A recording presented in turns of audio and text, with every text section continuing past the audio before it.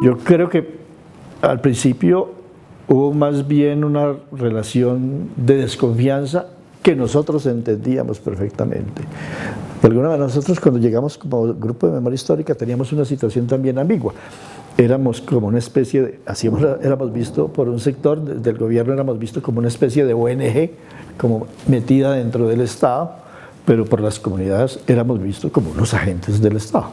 Y la Comisión Nacional de Reparación tenía como esa ambigüedad porque era una comisión mixta.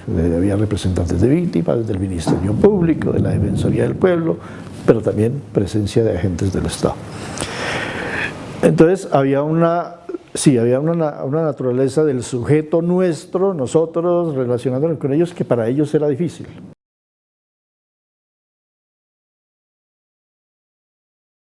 Primero, una enorme sorpresa, grata sorpresa, de ver ya en la estructuración física misma del poblado y del monumento, ese papel del monumento allá alto que ve uno desde la entrada, y un monumento desde el cual también se ve toda la planicie después de la misma población. Una sorpresa, como dice, caramba, un lugar de memoria de estos en una población tan relativamente pequeña es algo que dice de muchísima fuerza de esta comunidad que se involucró en este proceso de construcción de memoria. Termina involucrado no solamente en términos de responsabilidad institucional, sino que de alguna manera uno termina involucrado muy personalmente en estos procesos, ¿sí?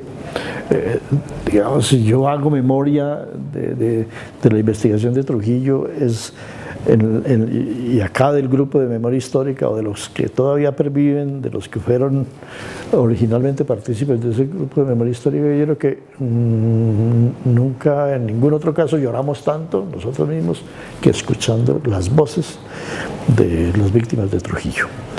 En muy distintos escenarios, en escenarios cerrados, de pronto tomando un trago, de pronto en un bar. Tuvimos escenarios en un espacio muy formal, en nuestras oficinas, yo qué sé. Es decir, establecimos muchos vínculos de comunicación y el compromiso terminó siendo eso, no solamente un compromiso de Estado que sentíamos que lo teníamos, institucional, como académicos que sentíamos que lo teníamos, sino también que nos tocó.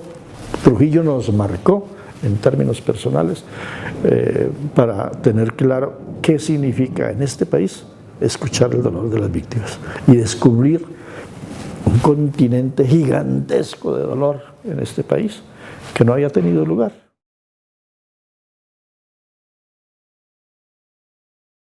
Trujillo también tenía esa función de ser como un test de hasta dónde el Estado iba a respetar la autonomía del grupo de memoria histórica para la construcción de memoria de verdad.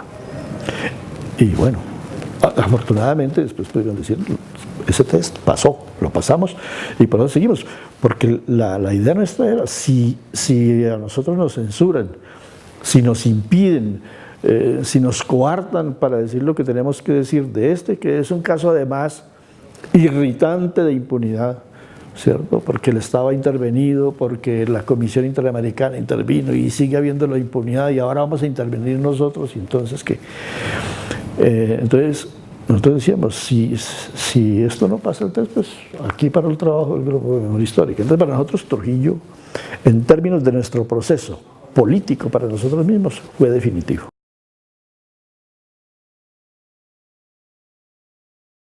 De manera inmediata, por ejemplo, acciones importantísimas del Estado fueron las intervenciones en ese momento de la Procuraduría de ese momento.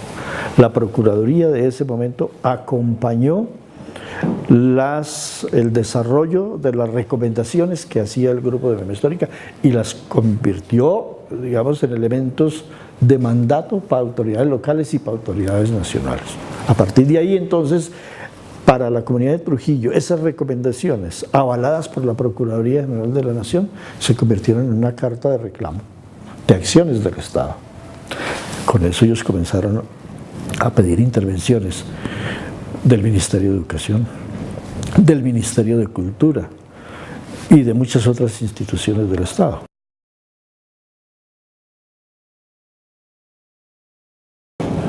Bueno, yo creo que el elemento central, puede haber muchísimos, pero el elemento central es que no ha habido finalmente justicia, no ha habido debida justicia. Entonces yo sí creo que hay un reclamo, esa es una comunidad que se organizó para el reclamo de justicia y que estableció como camino para el reclamo de justicia la construcción de memoria. Digamos, si hay una población o una organización que sabe en este país cómo hacer memoria, es Trujillo, digamos, y los potenciales de la memoria, y los mecanismos de la memoria, y la importancia política de la memoria, es Trujillo. Entonces, y yo creo que el Estado puede hacer todas las intervenciones que quiera, pero mientras no se resuelva el reclamo fundamental, que es el de justicia, que me parece absolutamente comprensible, pero yo creo que va a persistir en ellos una sensación de insatisfacción tremenda, digamos, de proceso en suspenso. Ese es un proceso en suspenso, realmente eso es Trujillo. Entonces todos los días hay motivos de lucha, pero al mismo tiempo creo que hay otra cosa importante de las víctimas allí, es que ellas han aprendido a pensar más allá de sí mismas. Entonces, la lucha de ellas en torno a Trujillo, que va a ser una lucha que no tiene términos, que cuando uno está luchando por desaparecidos, por muertos, sino por todas las afectaciones que ellos sufrieron allá, por desplazados, por torturados, todo lo que se quiere, esa es una lucha interminable, esa es una lucha interminable, y eso es lo tremendo para las víctimas, que su lucha es una lucha interminable. La gente es muy dura por eso, porque ya no pueden decir voy a luchar 5 años y acabó la cosa, no, es que su lucha dure lo que dure su vida, porque a ellos se les vuelve un compromiso de vida luchar por su desaparecido y luchar por su muerto. Y en ese eje, fundamentalmente, digamos, el que más puede aliviar es el de la justicia. Entonces, cuando no hay justicia, que es un poquito la tesis que planteamos en la presentación del libro, la memoria entra a cumplir un papel muy importante, porque la memoria juega de alguna manera como sustituto de esa justicia no cumplida. Y por eso ellos, ante esa justicia no cumplida, lo que hacen es ratificar el trabajo de la memoria.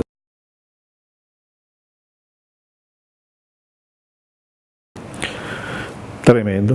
El baldado de agua fría de este país para las víctimas es muy doloroso. Yo creo que lo de Bojayá, lo de Trujillo, lo de Toribío, Cauca, tantas poblaciones, digamos, el mensaje que recibieron del país fue muy doloroso. El balance neto para ellos fue, caramba, este país nos faltoneó, sabiendo el dolor que esto implicaba para nosotros, nos faltoneó, porque la paz, para nosotros la paz es la aspiración fundamental como víctimas. Paradójicamente, entonces, es un desencuentro, porque quienes hablan a nombre de ellas están hablando de la justicia total y de todas esas cosas, pero ellas, paradójicamente, no están en esa lógica de la justicia total y que metan toda la vida a quienes fueron sus perpetradores. Están en una lógica de que el tema se resuelva. Debió ser mucho más doloroso para un caso como Trujillo, en donde su población votó no a la paz. Bojayá por lo menos queda con la fuerza simbólica, digamos moral, de decir, este pueblo nos apoyó y votó sí, estuvo con nosotros. Quien nos falló fue el resto del país. Bojayá no nos faltó. En Trujillo creo que la cosa es más compleja, en el sentido de que nosotros éramos sí, la localidad, el pueblo, el municipio se fue no, y eso es un mensaje muy duro para la gente. Es decir, quienes nos están rodeando, con quienes nos estamos encontrando todos los días acá, nos dejan solos acá, allá en la montaña, allá en el monumento. Es un mensaje muy duro, tremendamente duro para ellos.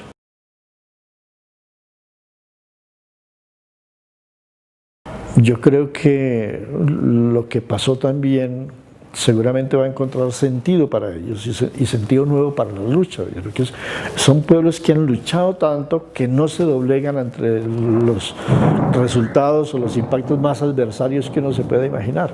Estoy seguro que mañana Trujillo, que esto tiene que arreglarse, el tema de la paz tiene que resolverse, van a volver otra vez a enarbolar esa bandera por la paz y a redefinir nuevamente sus tareas para la consolidación de esa paz, porque esa paz tampoco va a estar consolidada al otro día.